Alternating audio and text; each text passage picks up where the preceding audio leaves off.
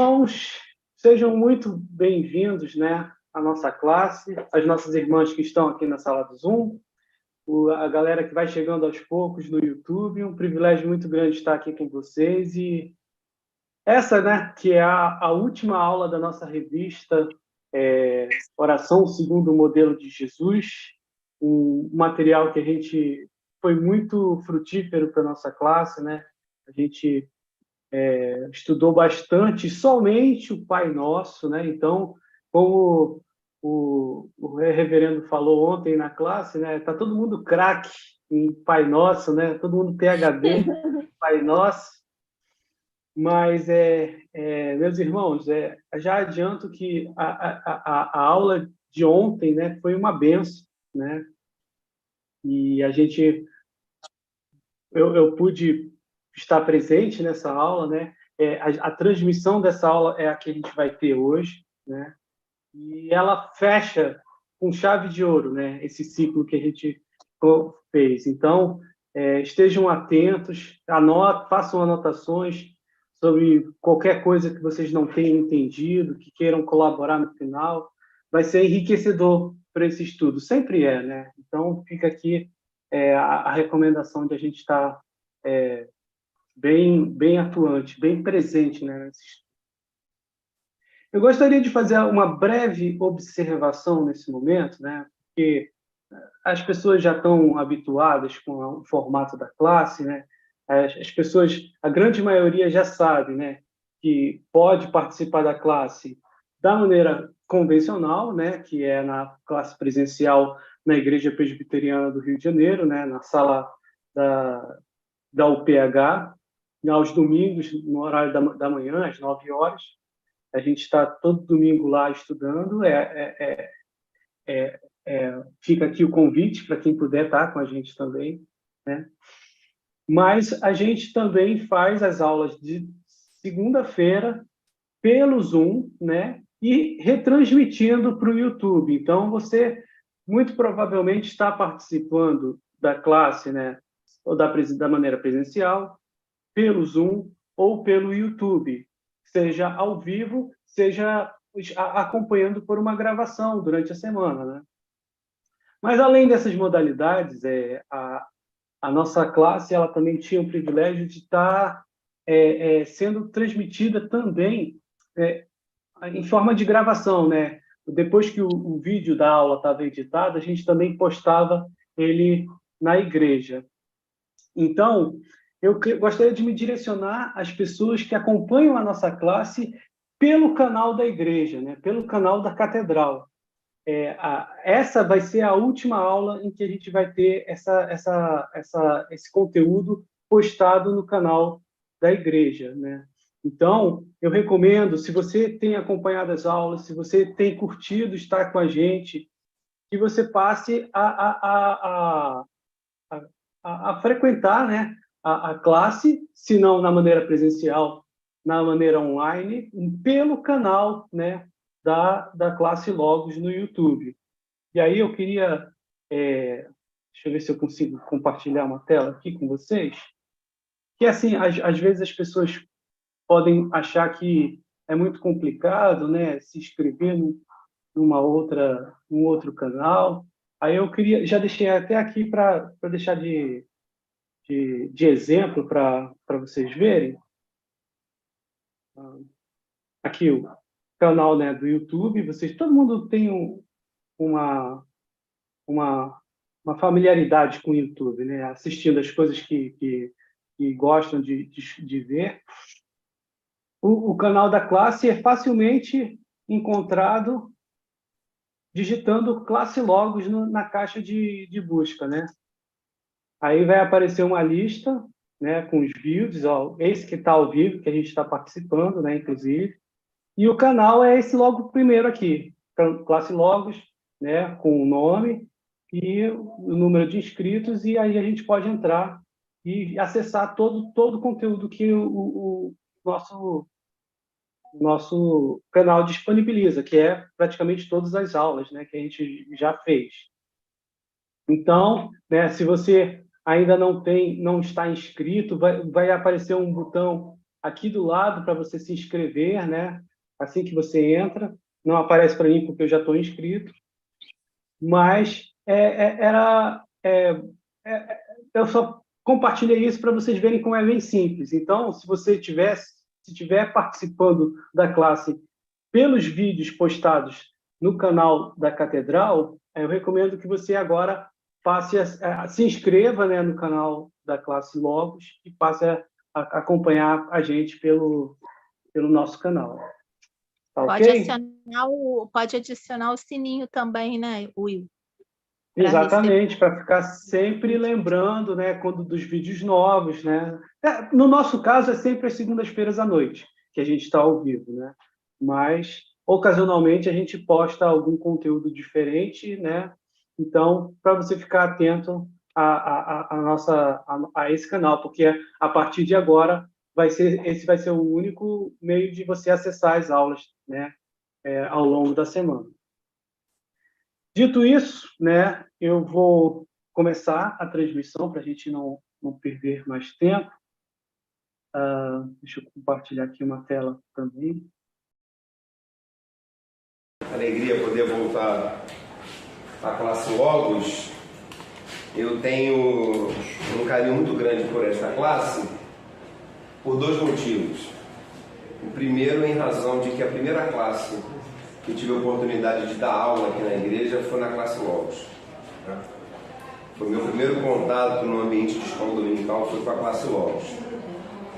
E o segundo motivo é porque eu reconheço o trabalho relevante, importante, perseverante dos irmãos dessa classe, em especial o Will, né? Durante o período da pandemia, vocês estiveram ali em todo o tempo, se mantendo firmes, constantes e abundantes na obra do Senhor, sempre com as aulas às segundas-feiras, né? Isso trouxe um refrigério e um tipo de comunhão, embora que virtual, mas que não deixou o pessoal debandar e estar distante. Então, eu tenho um carinho muito grande por esta classe. Hoje nós vamos olhar para a última lição da revista, que é a lição de número 13. Seja bem-vinda, já chega fazendo bagunça, né? Não está fazendo não. Abra sua Bíblia aí, no Evangelho segundo o relato de Mateus, capítulo de número 6. Nós vamos ler o verso de número 13 apenas. Mateus, capítulo 6, apenas o verso 13.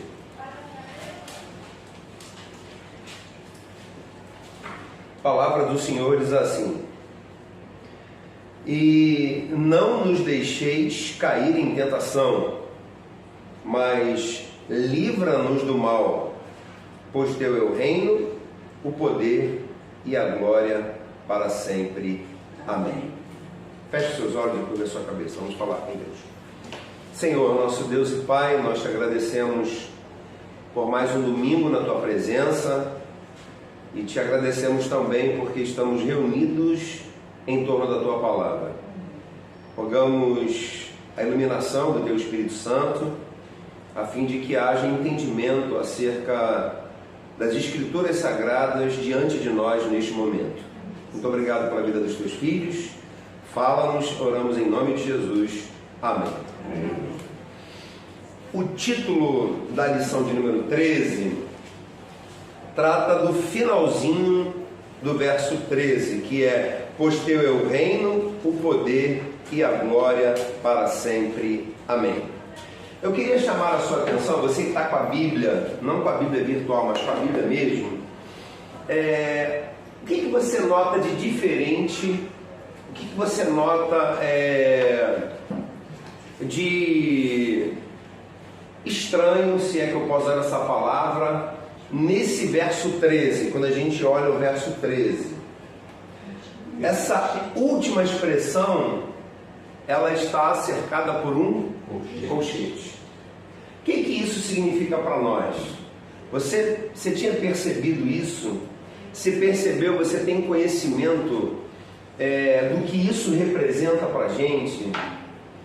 Do que aqueles que tiveram a responsabilidade por ocasião da formação do cânon, o que isso de fato nos ensina? Esta última expressão, estando entre colchetes, o que significa? Não faz parte da composição original desse trecho de Mateus. Sim. Ele foi inserido, aí eu não sei porquê, pergunta de prova, eu não respondo. Ok. Então isso quer dizer para a gente, no primeiro plano, de que esta expressão não faz parte do texto original. Ok? Isso não faz parte do texto original. Vocês estão atentos quanto à oração que fazem os nossos irmãos católicos, a oração conhecida como oração do Pai Nosso? Eles não oram esta última expressão: pois teu é o reino, o poder e a glória para sempre. Amém. Então esta expressão não se encontra no original, no texto original. Diante dos concílios e das tradições, essa expressão, de uma forma ou de outra, fora adicionada ao texto sagrado. Existe algum tipo de heresia nesta expressão? Existe alguma coisa que pode recair, algum tipo de suspeita diante desta expressão, que é uma conclusão, que culmina na conclusão da oração do Pai Nosso? Existe alguma coisa aqui que de fato não deveria estar aqui? Existe? Não, não existe. Essa expressão, ela está isenta de contestação, porque de fato ao Senhor pertence o reino, o poder e a glória. Ok? Então, só para aqueles que tiveram aí a curiosidade diante desta expressão, está entre colchetes, esta é a explicação. Embora não faça parte do texto original, é uma conclusão daquilo que se escreveu anteriormente e são declarações incontestáveis. Ok? Beleza. Nós estamos no final da oração que é conhecida como oração do Pai Nosso. Ok? E se nós tivéssemos aqui que diagnosticar alguns motivos pelos quais Jesus ensinou aos seus discípulos esta oração.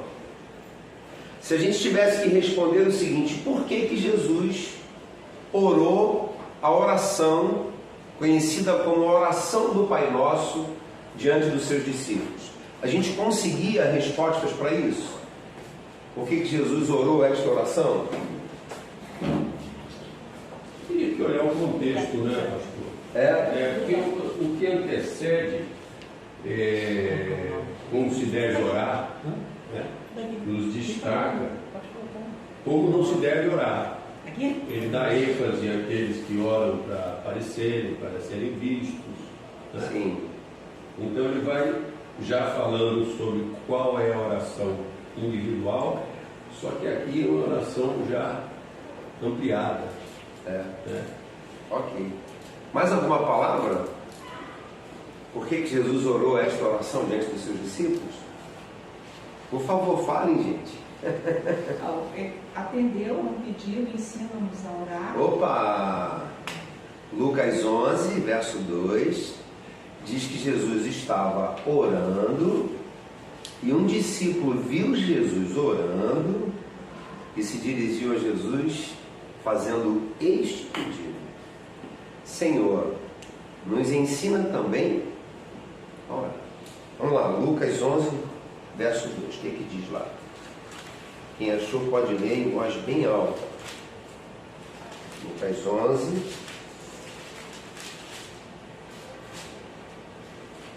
Pode ler o 1 ou o 2? Quem achou pode ler. De uma feita, estava Jesus orando em certo lugar, quando terminou, um dos seus discípulos lhe pediu: Senhor, ensina-nos a orar, como também João ensinou aos seus discípulos. Isso, pode parar no 1, porque o 2 já começa a oração. Então Jesus estava orando e tinha um discípulo observando Jesus orar. é possível que ele tenha pensado assim: o que Jesus está falando na sua oração? O que ele está conversando com o Pai? Aí ele faz esse pedido: Senhor, nos ensina a orar. E como resposta a este pedido, Jesus ensina esta oração. Então, no primeiro plano, como resposta, por que Jesus orou esta oração diante dos seus discípulos? Porque alguém pediu para que ele ensinasse os seus discípulos a orarem.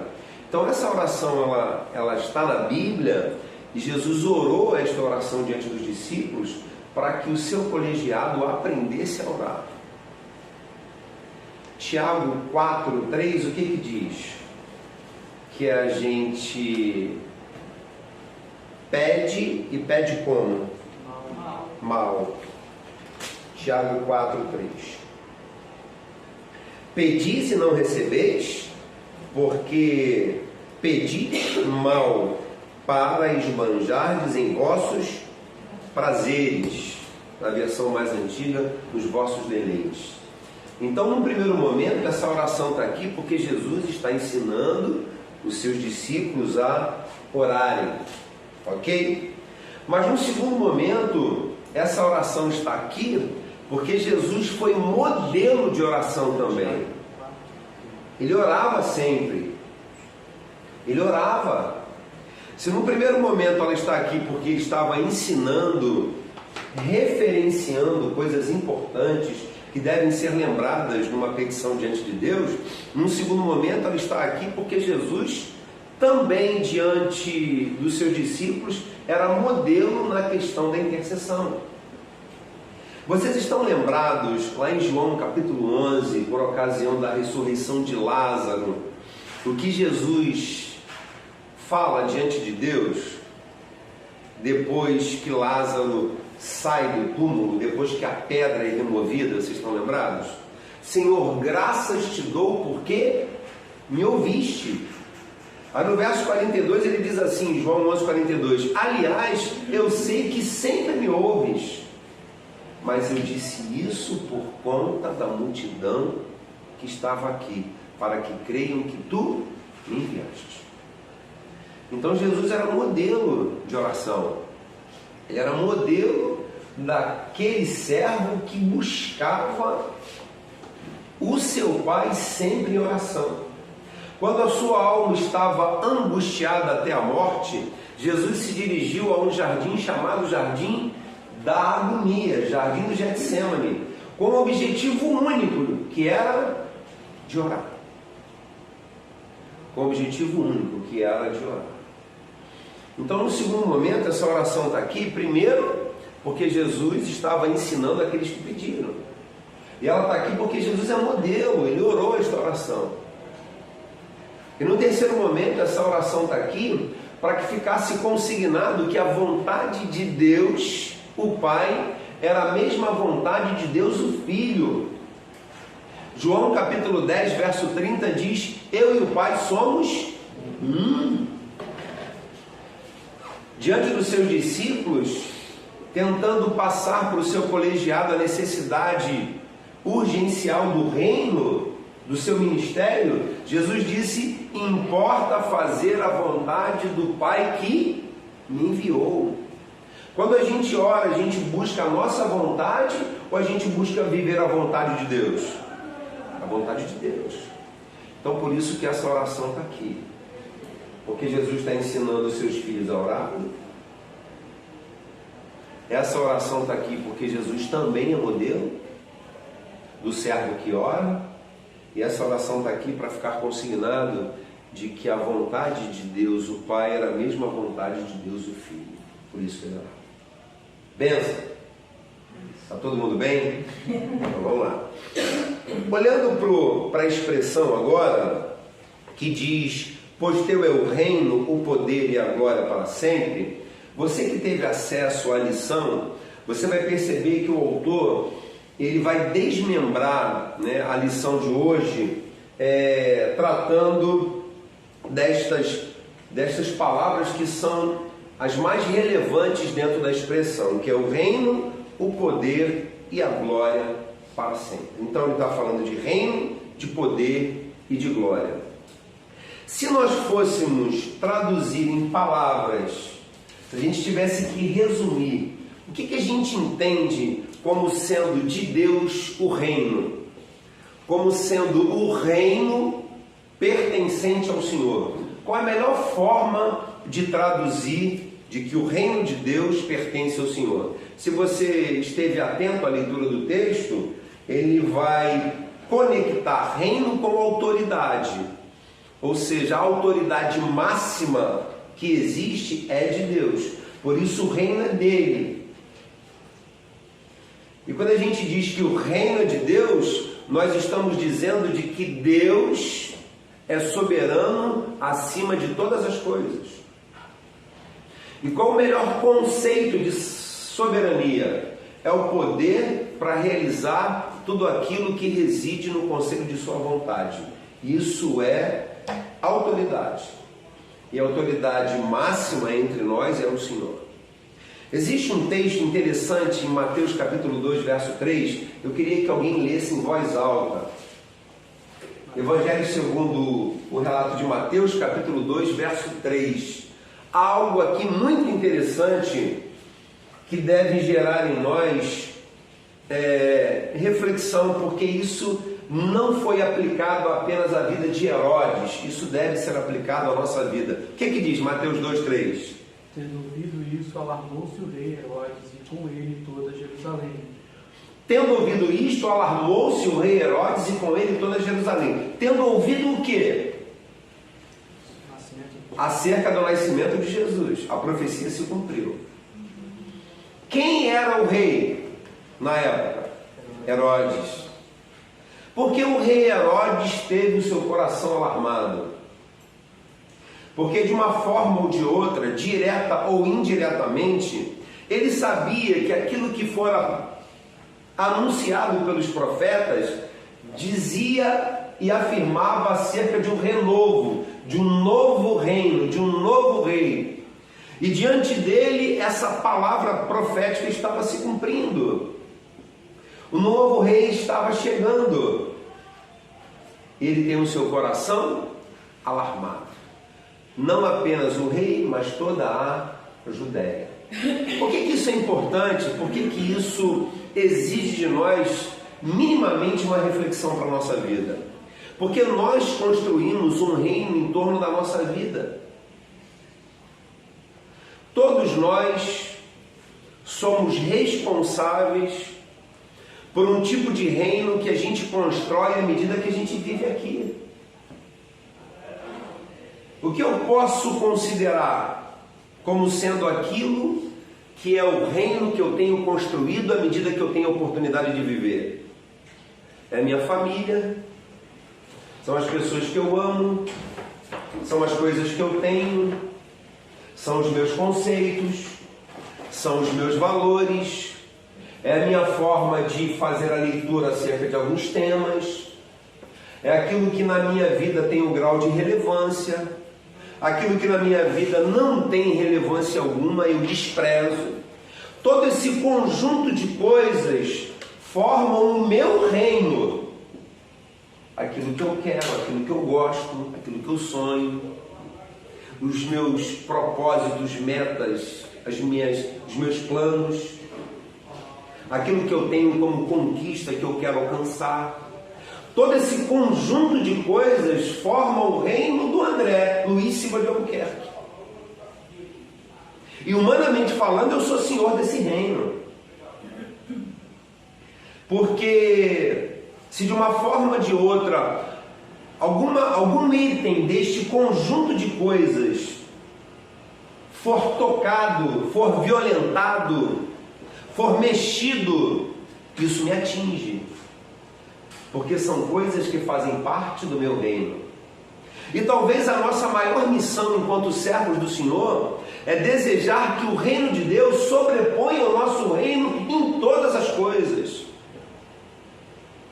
Talvez a nossa maior missão é ter a consciência de que os valores do reino, as coisas do reino de Deus, são muito mais importantes do que as coisas e os valores do nosso reino pessoal. Por isso que Herodes se sentiu atingido. O reino de Jesus ameaça o meu reino. O reino de Jesus faz sombra ao meu reino. De uma forma ou de outra, o reino de Jesus vai descaracterizar o meu reino. É assim que Herodes pensava. E quando a gente não abre mão da nossa vontade para enxergar a vontade de Deus, o que é isso senão andar abraçados com os valores do nosso reino e desconsiderar a importância do reino de Deus? Então, pois teu é o reino é do Senhor. Ele é rei sobre a nossa vida. E a gente não pode pensar a figura do rei sem que automaticamente a gente contemple a figura dos seus súditos. Numa linguagem mais bíblica e atual, os seus servos. E neste contexto de reino, nós somos servos. Nós temos que defender os interesses do reino. O que diz Mateus lá? Buscai, pois, em primeiro lugar, o reino de Deus e a sua, e as demais coisas. Mateus 6:33. Essa consciência aqui de que o reino é de Deus. Mas quando eu busco as demais coisas antes de buscar o reino de Deus e a sua justiça, eu estou dizendo de que o reino que eu criei em torno da minha vida é mais importante. Então isso aqui é mais do que uma declaração de fé. Isso aqui é algo para a gente viver na prática. Porque a gente sabe que Ele é rei. É uma declaração de fé. Agora, se sujeitar a este reino, aí é prática, aí é vida. Então o reino pertence ao Senhor. Mas pois teu é o reino, e depois o poder. Depois é o poder. É interessante de que a gente bem sabe de que o Deus a quem nós servimos tem poder para realizar todas as coisas. Tem poder para responder a nossa oração e tem o poder para não responder.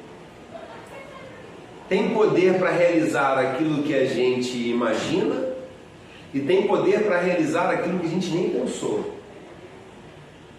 E esse contexto em que Jesus estava e que ensinou esta oração, os irmãos do passado que adicionaram esta declaração de fé, essa declaração incontestável, sabia de que naquela época o poder residia diante de um império muito poderoso, ao ponto de que não muito tempo depois deste contexto, esse imperador romano que representava o reino, mais tarde foi objeto de culto e de adoração.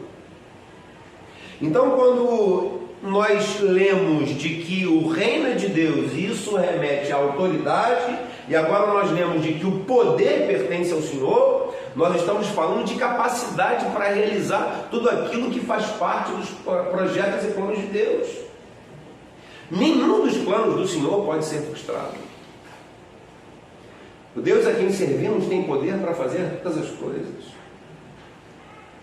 Muitas vezes nós nos curvamos, entre aspas, com temor, com receios, com medos, com timidez, com constrangimento, diante de poderes estabelecidos neste mundo aqui. São as potências, são as nações preponderantes, são as nações que representam um poderio, quer seja de guerra ou econômico, uma política muito firme. A gente às vezes fica receoso. O que vai ser da igreja? Será que seremos perseguidos? Será que estes poderes estabelecidos que não andam em conformidade com a luz do texto sagrado, vão dificultar a caminhada da igreja, vão querer silenciar a voz da igreja. Muitas vezes a gente fica receoso. O que vai ser das nossas famílias? O que vai ser dos nossos filhos, dos nossos netos? E às vezes a gente esquece que todo o poder está na mão do nosso Deus. O Deus a quem servimos, na sua destra há todo o poder.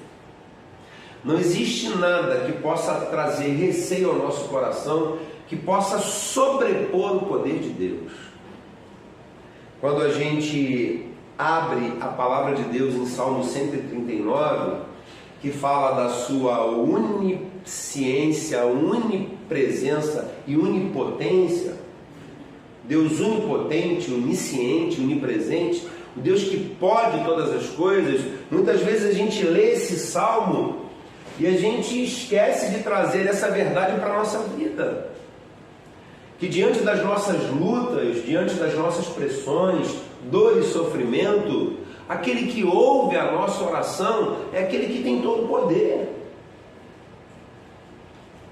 Quantos se lembram aqui do Salmo 139? Um texto muitíssimo conhecido. Então a gente percebe de que esta declaração que aponta para o Deus poderoso é a declaração que diz que nada pode estar acima de Deus.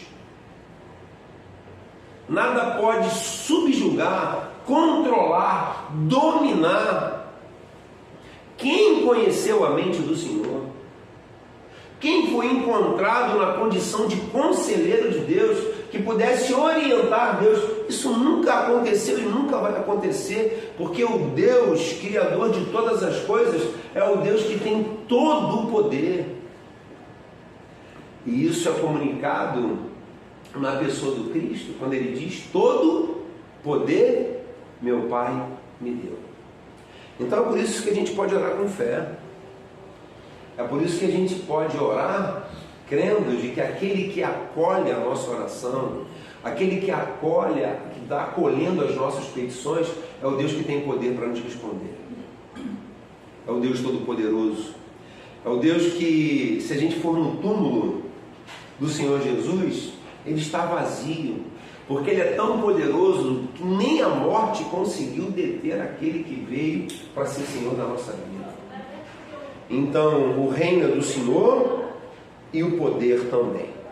Mas a última palavra diz que a glória também é do Senhor. Se você tivesse a obrigação de conceituar resumidamente o que você entende como sendo a glória do Senhor, o que você diria? Se você recebesse um papel em branco e uma caneta para responder o que você entende como a glória do Senhor, o que você colocaria? Beleza. Beleza? O que mais?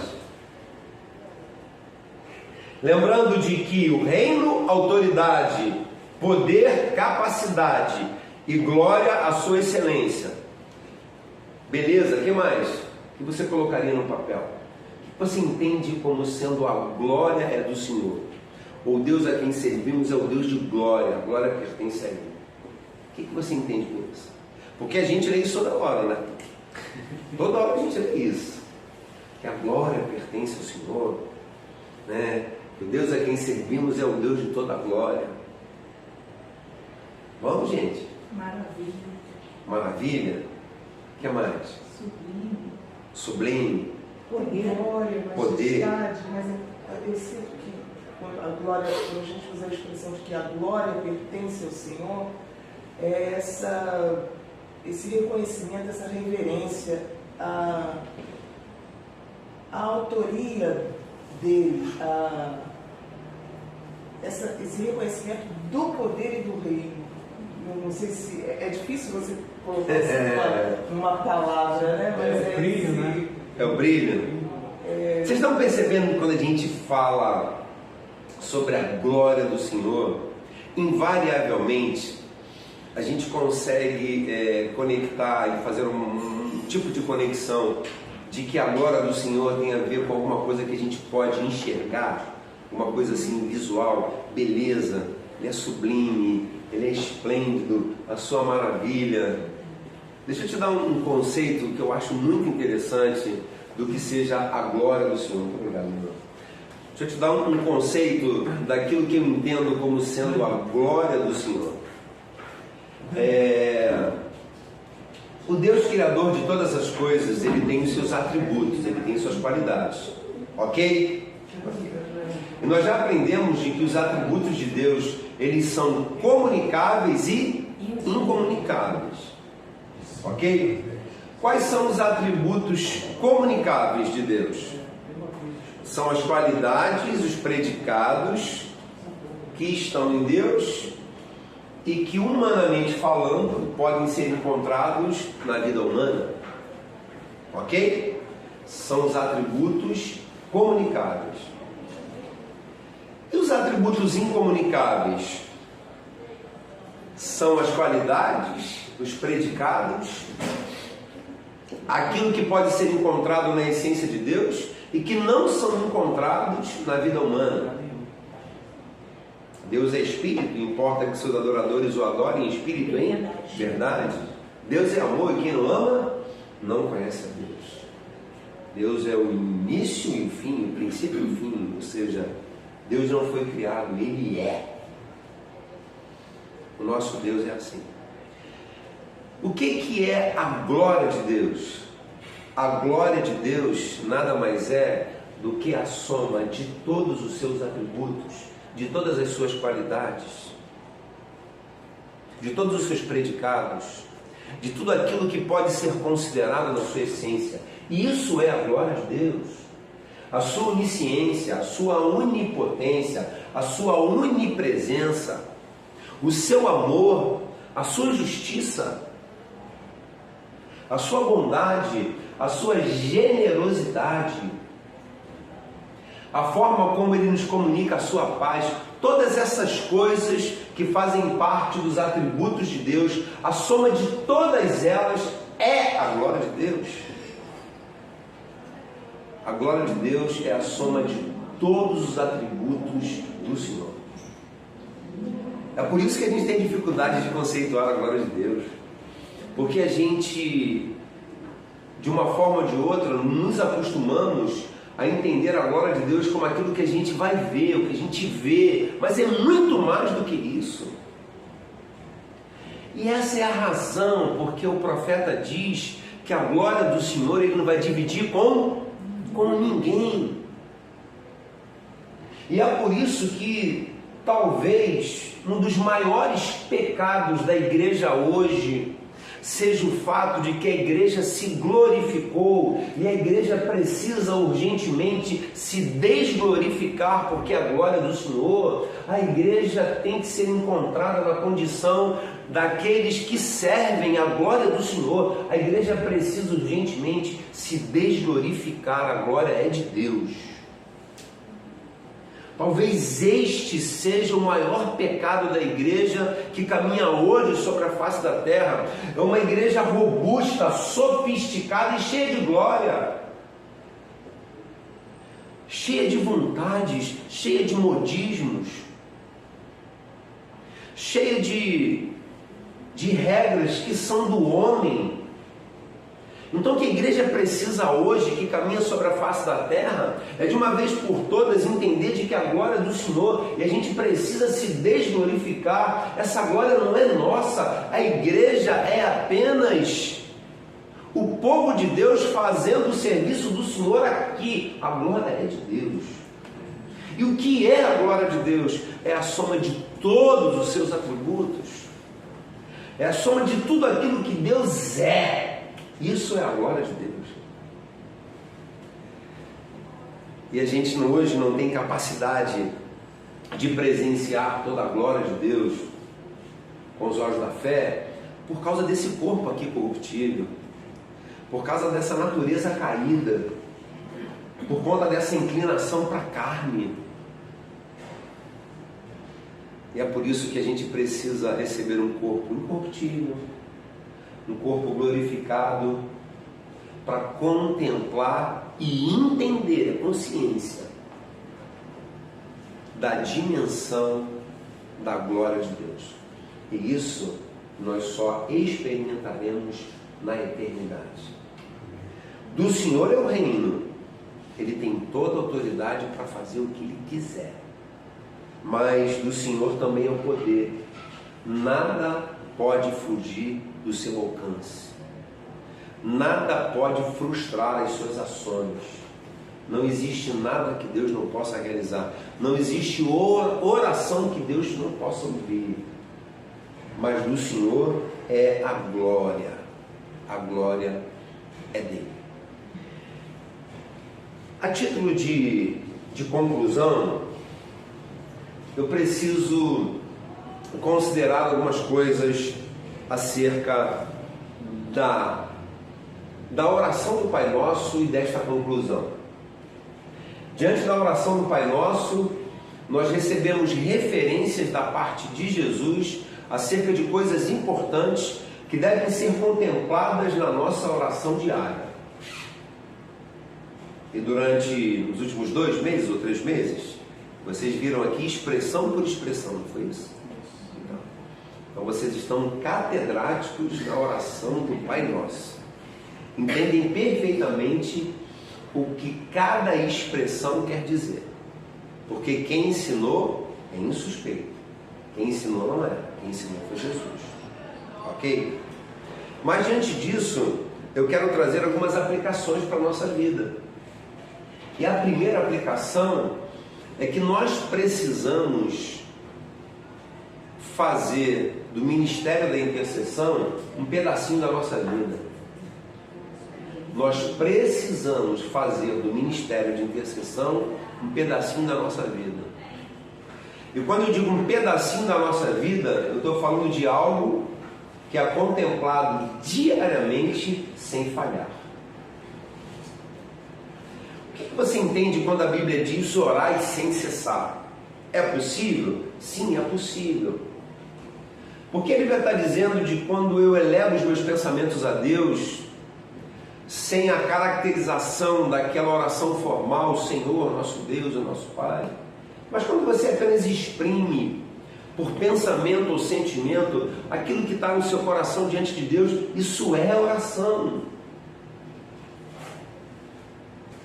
Enquanto você está caminhando na rua, você diz, Senhor, abençoa meu dia. Isso é uma oração? Sim, isso é uma oração. Diante da necessidade de ter uma porta aberta, descendo da condução ou do seu carro, ainda no estacionamento você diz, Senhor, que fulano de tal esteja lá, porque eu preciso resolver essa questão. Isso é uma oração? Isso é uma oração.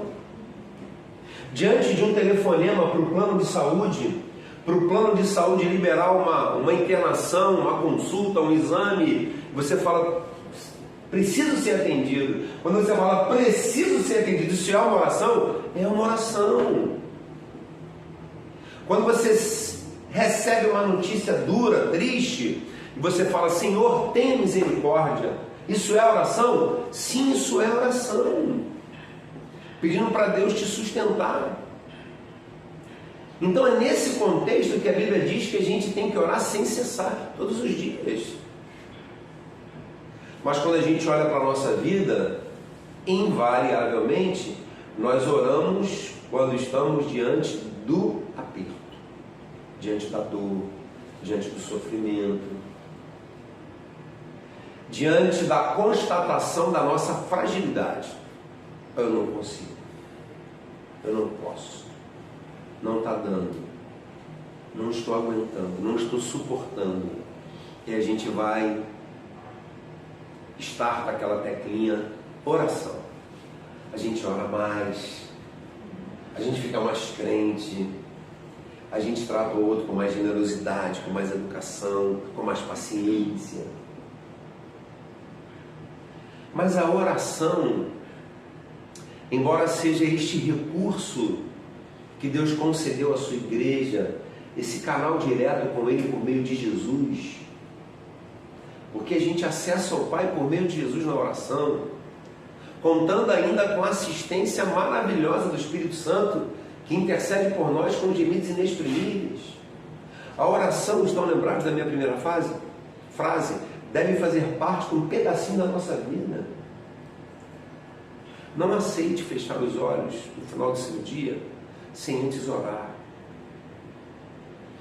Não aceite para a sua vida tirar os pés da sua cama sem antes agradecer a noite de sono e pedir a Deus pela jornada da sua vida. Não aceite estar diante de uma bênção e não agradecer a Deus, ou diante de uma dificuldade e se prostrar diante do Senhor. Então a oração deve ser algo constante para a nossa vida. Os evangelhos estão aí mostrando uma série de momentos em que Jesus esteve orando. E nós que somos tão pecadores e tão limitados, muitas vezes abrimos mão do privilégio e da bênção da oração. Eu costumo dizer que é fácil você perceber o crente que ora em casa. É muito fácil. Você pede para o irmão ou para a irmã orar e fica consignado pelas suas palavras, pela sua intimidade, pelo seu jeito, se ele ora em casa ou não. Passe a notar isso. Não para reparar a vida do outro, mas para você entender de que em todas as coisas na nossa vida nós refletimos aquilo que vivemos, e até a questão da oração, se oramos ou não, isso reflete em nós, acaba refletindo. Então, a título de conclusão, a gente precisa entender de que a gente precisa orar todos os dias. Não existe ninguém entre nós que seja tão bom, tão crente, tão santo, tão consagrado, tão experiente, que possa abrir mão do privilégio da oração. Em segundo lugar, quando nós olhamos para o contexto da oração do Pai Nosso, a gente precisa lembrar de que a oração deve ser desfrutada no ambiente da nossa casa. A oração deve ser desfrutada no ambiente da nossa casa. A gente gosta muito de usar a expressão a sós com Deus, bênção. Jesus disse, vai lá, abre a porta do seu quarto, entra e fecha, faça a sua oração e o teu Pai que está em secreto vai te ouvir. Bênção. Mas a gente precisa desfrutar do privilégio de envolver pessoas dentro da nossa casa nesse contexto de oração. Aqueles que têm o privilégio de orar com o esposo, com a esposa, com o filho, com a filha, com os netos, bisnetos, não é mesmo? Orar com aqueles que dividem a jornada diária com você.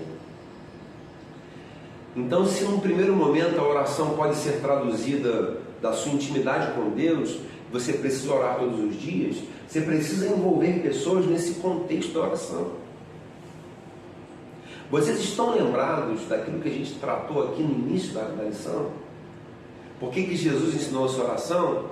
Porque alguém viu Jesus orar.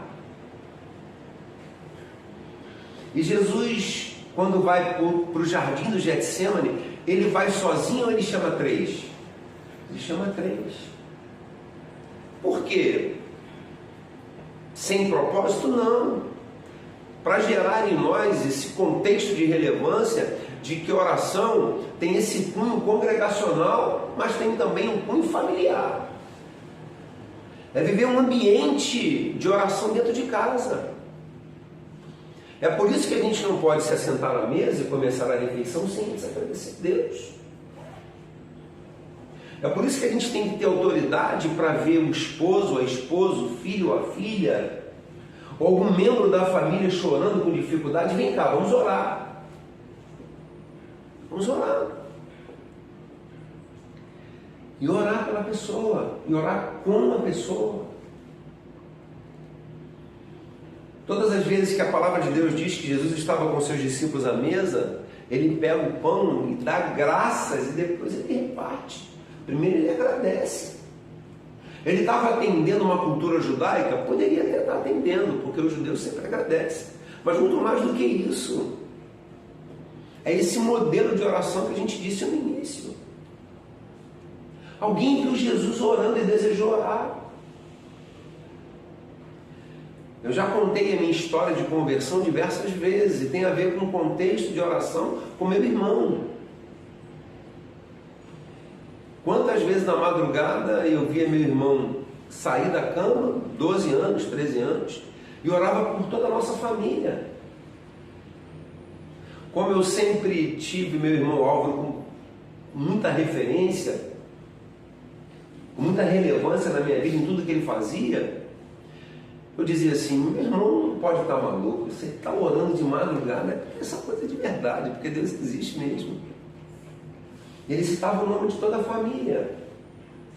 Eu não consigo contar a minha história de conversão sem contemplar esse contexto de madrugada que veio meu irmão sair da cama para orar por todo mundo. Foi um contexto de oração. Então ore todos os dias, mas ore em família. Ore em família. O segundo aspecto da conclusão da lição é que você não deve ter apenas uma vida atenta para orar todos os dias e no contexto da sua casa, mas esteja pronto para receber a resposta de Deus. Porque a gente acabou de aprender de que tudo pertence a Ele. E Ele fez todas as coisas para a glória do seu nome. Romanos 11, 36 diz isso. Porque para Ele e por Ele são todas as coisas. Se a gente chega à conclusão de que dele é o reino, o poder e a glória, e a gente ora, a gente está entendendo de que a melhor resposta vem dele. Porque o meu e o seu coração, a gente pode até fazer planos, mas a resposta certa vem dos lábios do Senhor. Vocês lembram de homens no passado que não tiveram as suas orações atendidas? Vocês lembram? Homens que pediram e Deus disse assim, não vou atender. Existem alguns exemplos. Paulo, mas antes de Paulo, no contexto do Antigo Testamento, Davi, Jeremias orou quantas vezes? 3 vezes. Vocês estão lembrados quando Acabe pede lá o profeta para amaldiçoar o povo de Deus? Balaão, ele fala o seguinte, eu não posso, porque eu orei e diz Deus que não pode amaldiçoar a quem ele abençoou. O próprio Moisés não orou e não pediu para Deus riscar o nomezinho dele do livro da vida? Paulo, foi lembrado aqui, ele orou pedindo o quê? Para Deus retirar? E Deus atendeu? Então, diante do privilégio de orar todos os dias e de orar no contexto de família, a gente precisa estar pronto para receber a resposta de Deus. Desde criança nós ouvimos na escola dominical, Deus responde de 3 maneiras. Sim, não, espere um pouco. Não é assim? Desde criança nós ouvimos isso? Eu tenho meus 50 anos, mas eu ouço isso desde criança. E Deus responde de 3 formas. Sim, não, espere um pouco. Mas quando a gente ora, isso nada mais é do que uma postura de desejar aceitar a vontade de Deus através da resposta da nossa oração. Se a gente crê que dele é o reino, o poder e a glória, dele virá o melhor. Mesmo que no primeiro momento haja dor, haja frustração, haja provação, haja teste, mas dele vem a melhor resposta. Até porque a vontade de Deus ela é o quê? Boa, perfeita e agradável. A minha vontade é boa, perfeita e agradável? Eu sei que não é. A sua vontade é boa, perfeita e agradável? Você sabe que não é.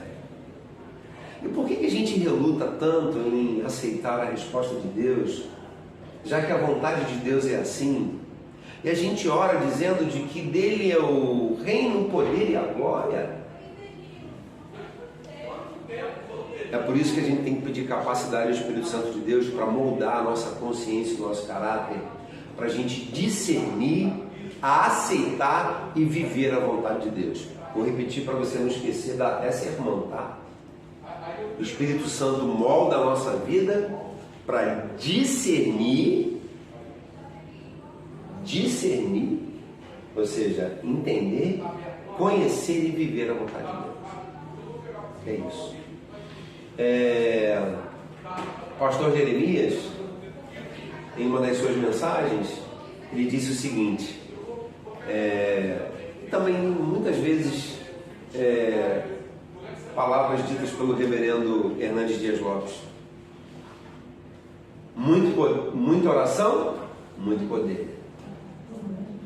Pouca oração, pouco poder. Nenhuma oração, nenhum poder.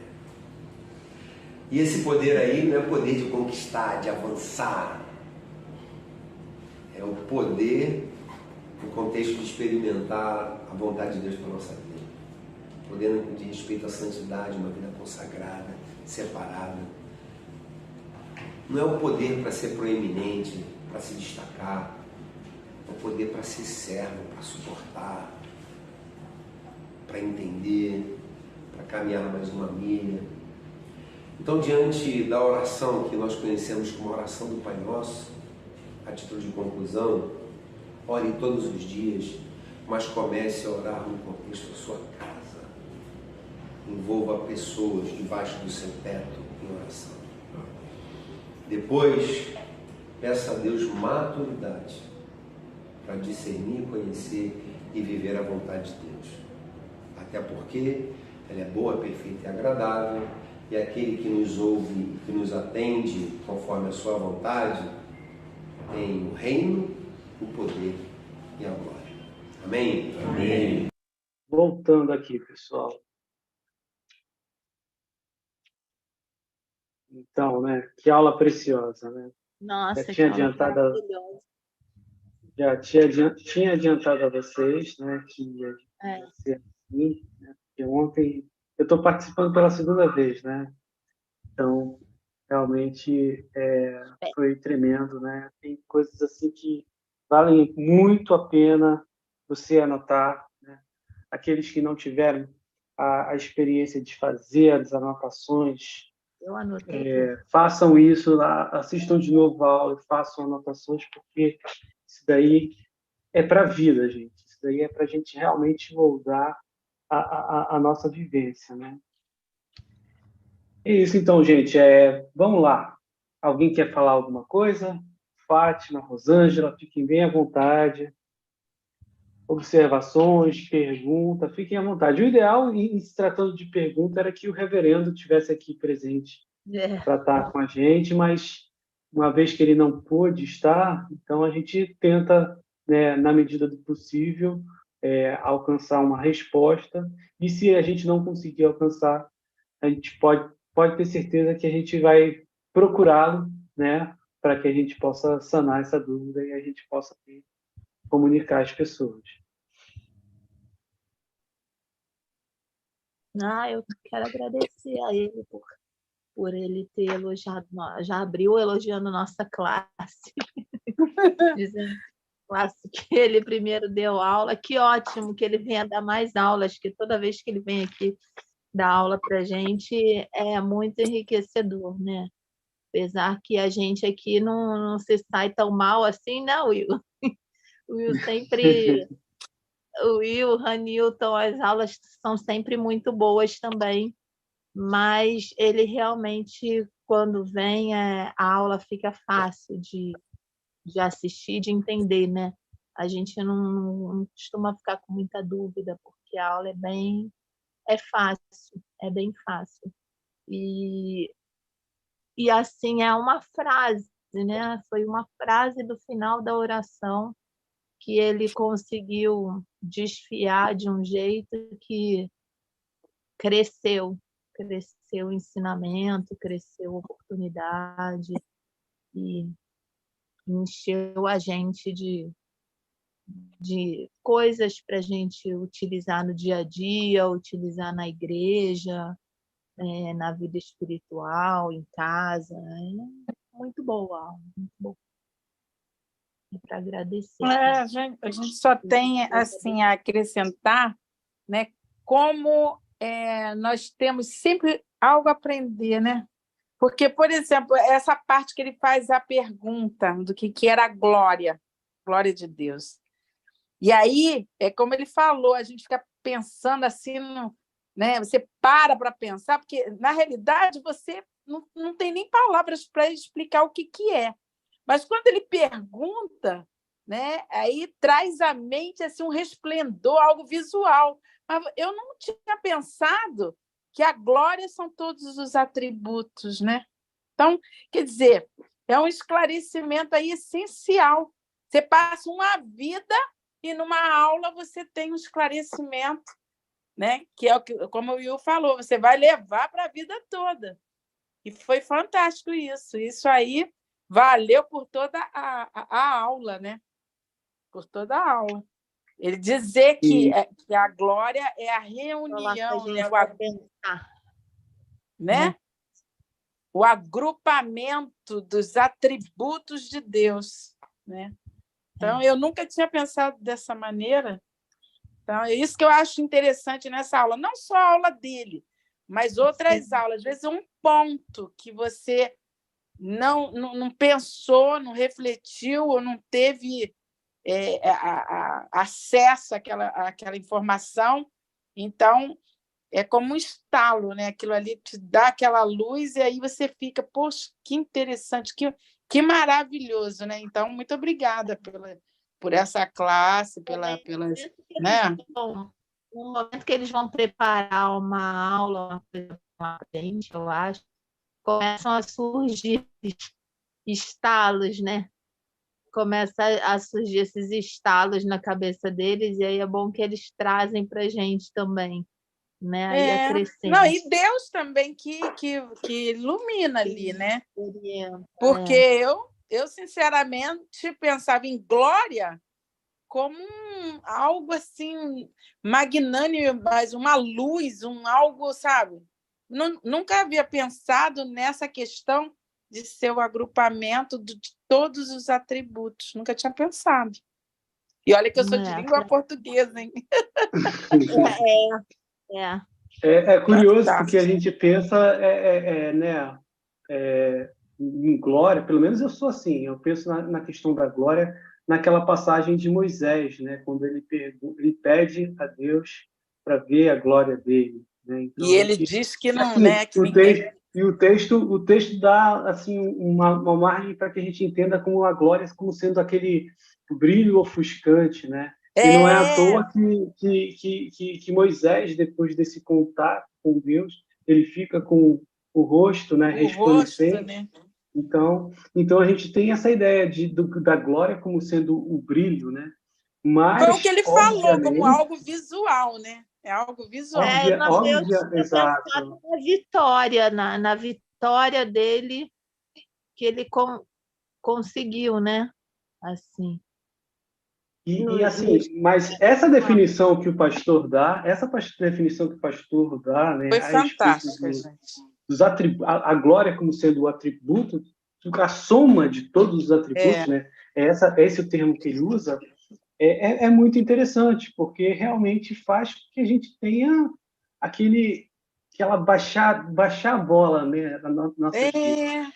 Porque isso ficou muito enfático numa hora lá, quando ele falou que a igreja precisa se desglorificar.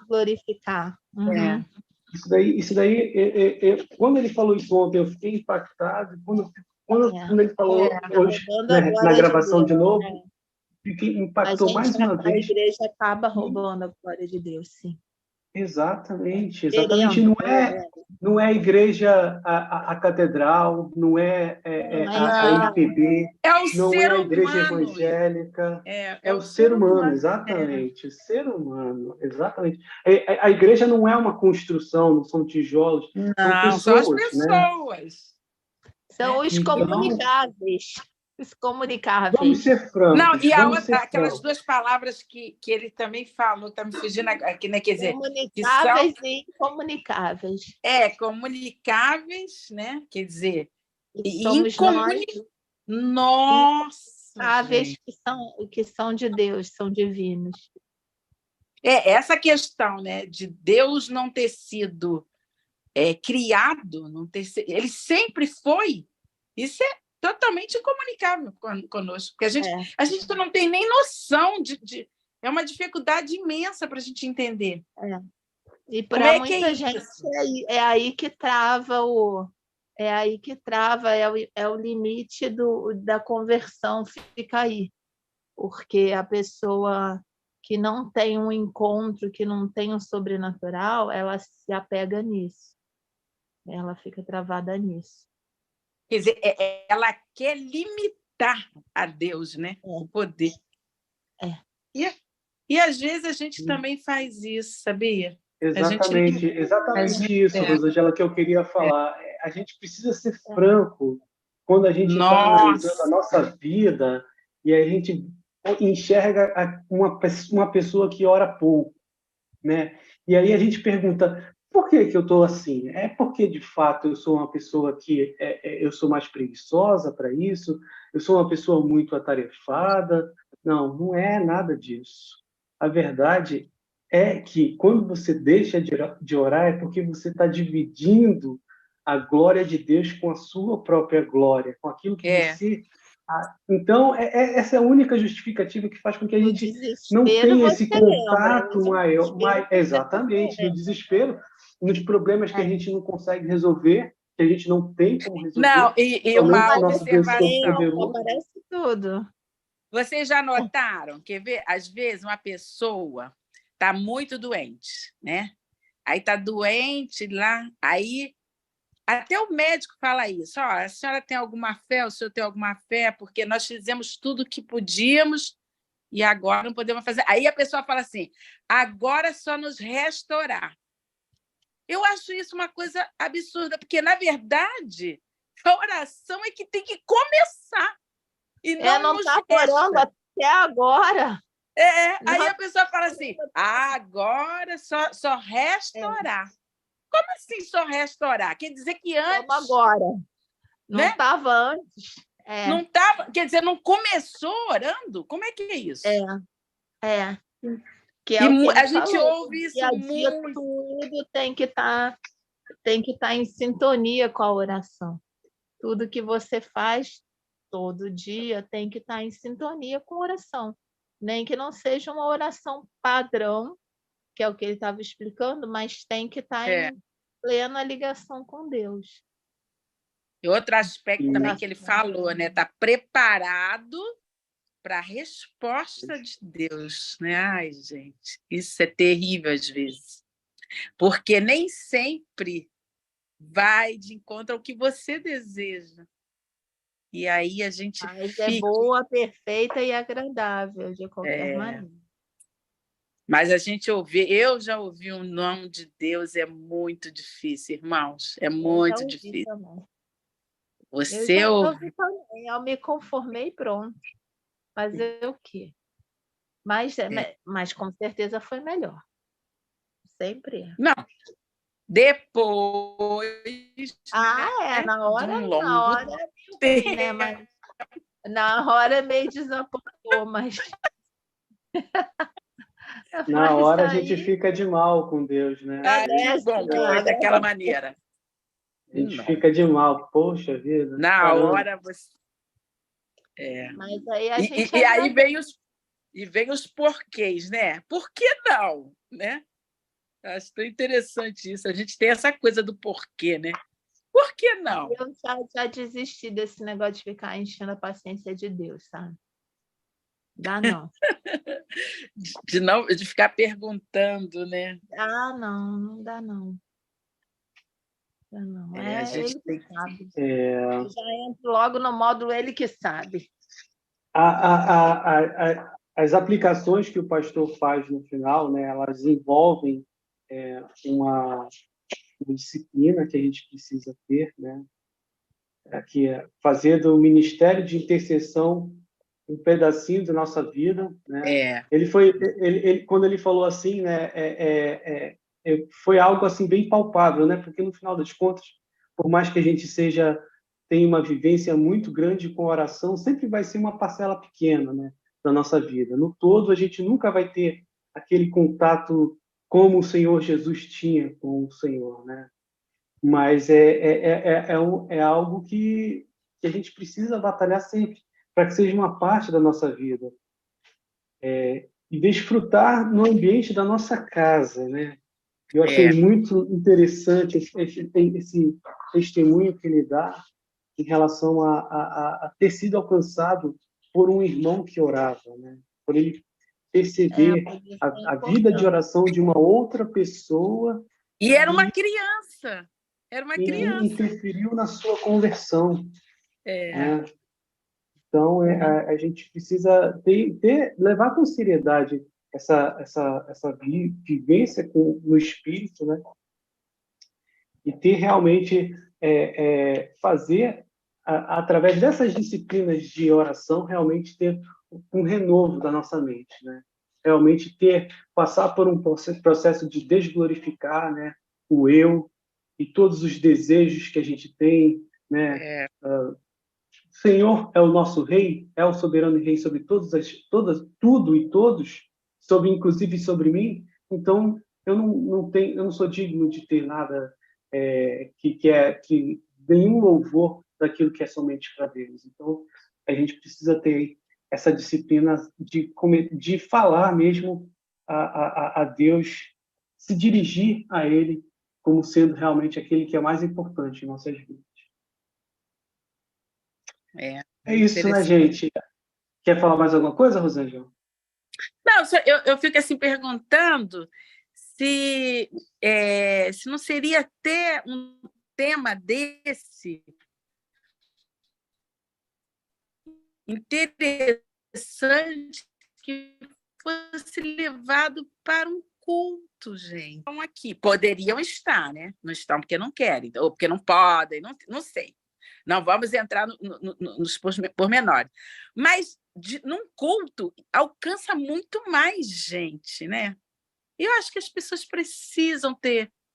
No YouTube alcança mais que no culto. Não, mas eu estou dizendo assim, na igreja mesmo, né? Um culto ali, dentro de um domingo. São formatos diferentes, né, Rosângela? Porque o que acontece? A gente está experimentando essa lição do Pai Nosso de uma maneira um pouco diferente do que se fosse numa pregação, né? Porque no estudo bíblico há uma interação maior, né? Você vê, como nós tivemos aqui nesse pequeno formato, o pastor trouxe a aula, né? Agora a gente está falando um pouco a respeito sobre os pontos que a gente achou importantes. Isso ajuda a gente a pensar, e é por isso que é interessante. É por isso que a proposta do estudo bíblico, ela é sempre ótima para a gente ter essa percepção. A pregação ela é diferente, ela é voltada, né, unidirecional, né? A gente entende que realmente o pastor está ali na frente, ele está trazendo a mensagem de Deus e trazendo a aplicação, né? Mas já num contexto um pouco diferente, né? E obviamente as duas têm valores, né? Porque a gente participa do culto em adoração a Deus, mas nós também estamos recebendo a palavra de Deus para as nossas vidas. E de uma certa maneira a gente também está fazendo isso aqui, né? Só que com mais interação, tirando dúvidas e contribuindo também coisas que não podem acontecer no culto, né? A gente participa de uma outra maneira, oração, né? Leitura da Bíblia. E também foi o que a Fátima falou, tem o tempo, né? Mas porque aqui você veja quanto tempo. Eu creio que a gente trabalha isso não com esse enfoque, talvez, mas os pastores estão sempre falando sobre oração, né? Só citando um exemplo, ele mencionou o reverendo Hernani Dias Lopes, né? Então, falar sobre oração faz parte da pregação, da vivência do cristão, e a gente precisa realmente continuamente estar falando e praticando o tempo todo. Então, esse espaço que a gente está usando de interação é o momento de a gente ter uma percepção um pouco diferente. Não é somente ouvir, mas a gente também, né, a fazer uma avaliação e contribuir de uma certa maneira com as nossas vidas, para que outros irmãos também possam estar em sintonia com essa temática tão importante.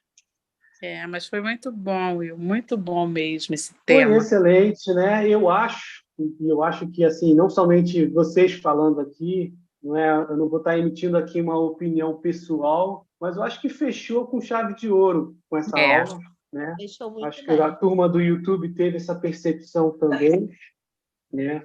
Eu vi ali que alguém comentou a respeito que essa aula estava muito boa, né? Só para citar aqui, quem está no YouTube, eu até anotei: Francisco Maciel, Irene Aquino, nosso professor Ranilton está participando pelo YouTube, Zé Amário, Luiz Carlos, Ivan da Silva Moreira, Marlúcia Vitória e Maria Queiroz. Eu acho que eu vi agora a Almira Assis também comentando aqui com a gente. Então, um beijo para todo mundo. Muito obrigado pela participação, né? Uma turma, eu vi aí uma turma grande de Cabo Frio, né? Então, um abraço aí para todas essas igrejas representadas aqui, né? E é isso, meus irmãos e minhas irmãs. Nós Boa estamos noite, completando. turma. Oi, A Ana também aqui presente com a gente. Esqueceram de mim. Não podemos esquecer. E a Mas eu só Ana entrei para dar participou boa da noite para aula ontem vocês. também. Ela participou da aula de ontem e participando Todinha, agora hein? também. Não fui para foto, não, tá, França? A França sair, não.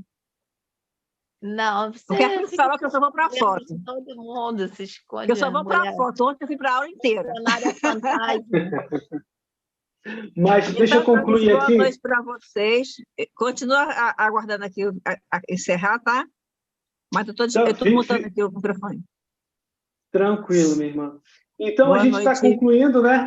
Eu queria parabenizar vocês, né? Porque, mais uma vez, a gente sempre precisa terminar desse jeito, né? Os nossos ciclos, né? As nossas revistas. Então, queria parabenizar vocês por terem estado com a gente, né? Estudando a Palavra de Deus. Disponibilizado as segundas-feiras, disponibilizado, né? O tempo das manhãs de domingo para estarem lá na catedral também, né? Nós ainda temos a nossa classe na maneira tradicional, pessoal. Então, fica aqui, continuo sempre reforçando a classe presencial para aqueles que podem, obviamente, né? Aqueles que têm condições de participar do culto, que costumam participar do culto, chega um pouquinho antes para estar aí com a gente na classe Logos também, né? E muito obrigado a todos, né? Todos os que contribuíram, todos aqueles que tinham o coração voltado para o ensino bíblico, para a prática desse ensino também, né? Que é a proposta dessa classe. Então, agradeço e desde já quero convidar vocês para a nossa próxima revista, que já vai ser no domingo que vem, né? Eu vou ver aqui se eu consigo compartilhar para vocês qual vai ser, né, o próximo material. Deixa eu ver aqui, ver se eu consigo compartilhar aqui uma tela com vocês. Não, está errado. Aqui.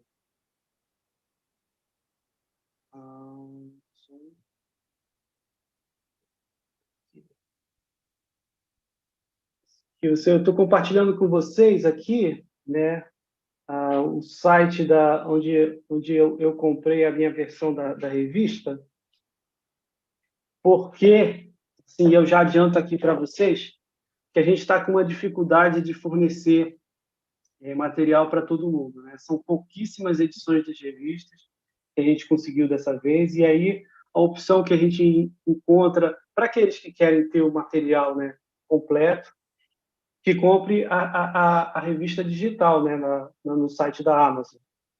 E é esse o tema que a gente vai trabalhar: igrejas em apuros, né? Lições das 7 igrejas do Apocalipse. Esse vai ser o nosso cadê o aqui rapidinho? O nosso próximo material de estudo. Como vocês podem ver, o preço, né, da versão Kindle é baratíssimo, é R$1,20, né? E, claro, para aqueles que têm familiaridade em usar o Kindle, né, de ler pelo computador e quiserem ter o material completo. Se não quiserem, não fiquem à vontade. A gente sempre vai trabalhar daquela maneira que a gente está habituado, né? Uma outra coisa que eu preciso falar também, isso é muito importante, porque eu avisei no início da aula e agora preciso fazer de novo, né? Para ficar bem enfatizado, né? A participação na classe Logos se faz da maneira presencial, no domingo, no Zoom, na segunda-feira, ou no YouTube, como vocês têm acostumado, né? Ao vivo ou depois assistindo a gravação.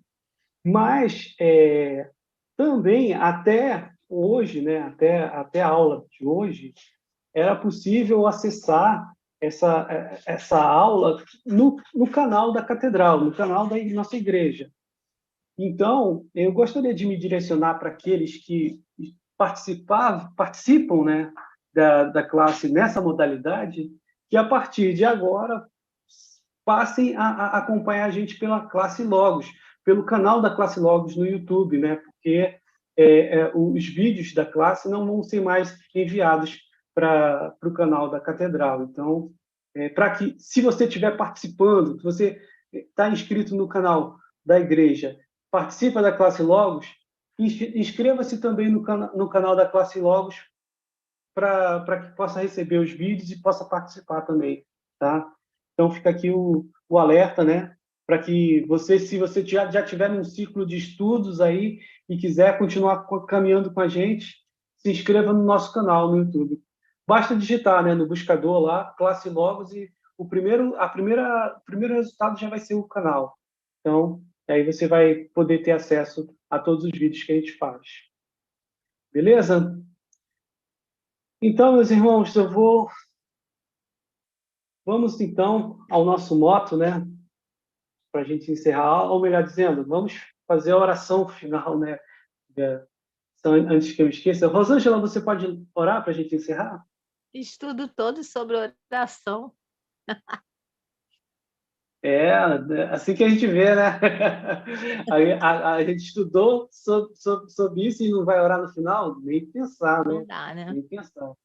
Rosângela, você pode orar? Oremos. Amado Deus, Senhor Jeová, meu Pai querido, muito obrigada, Senhor. Muito obrigada, meu Pai. Tu és o El Shaddai, o Todo-Poderoso nosso Deus, Senhor. Muito obrigada. Obrigada pelos professores, obrigada por essa classe, obrigada por cada um que abre o seu coração e se dispõe a aprender mais de Ti, meu Pai. Continua, Senhor, nos orientando, nos guiando, nos dando, meu Pai, consciência de que precisamos ter um momento reservados para aprendermos de Ti, meu Pai, aprendermos a Tua palavra, porque todo dia é uma novidade, Senhor. Então, muito obrigada, Senhor. Abençoa todos aqueles que ainda vão assistir, aqueles que estão no YouTube, aqueles que estavam assistindo pela Catedral. Senhor, todos que tenham acesso a esse conteúdo, meu Pai, que cada um de nós possamos multiplicarmos, meu Pai, o conhecimento adquirido aqui, Senhor. Ser conosco, nos dá uma semana tranquila e já vai nos preparando para o novo segmento da classe, meu Pai. Essas novas propostas, essas novas aulas.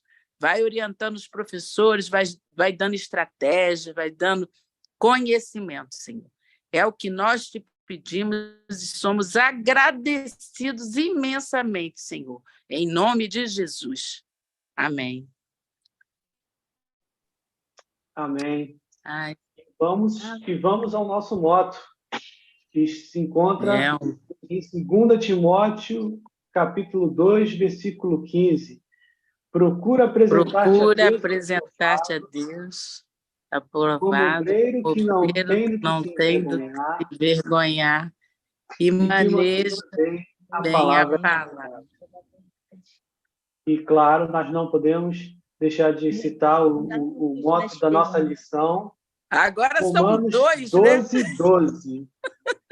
Regozijai-vos na esperança, sede paciente na tribulação e na oração perseverante. Esse ainda não gravei, irmãos. Regozijai-vos na esperança, paciente na tribulação. E qual é o Na final? oração, perseverantes. Ah, tá bom. É isso, E aí? meus amigos. Deus abençoe vocês. Uma Amém. ótima semana. Com Deus.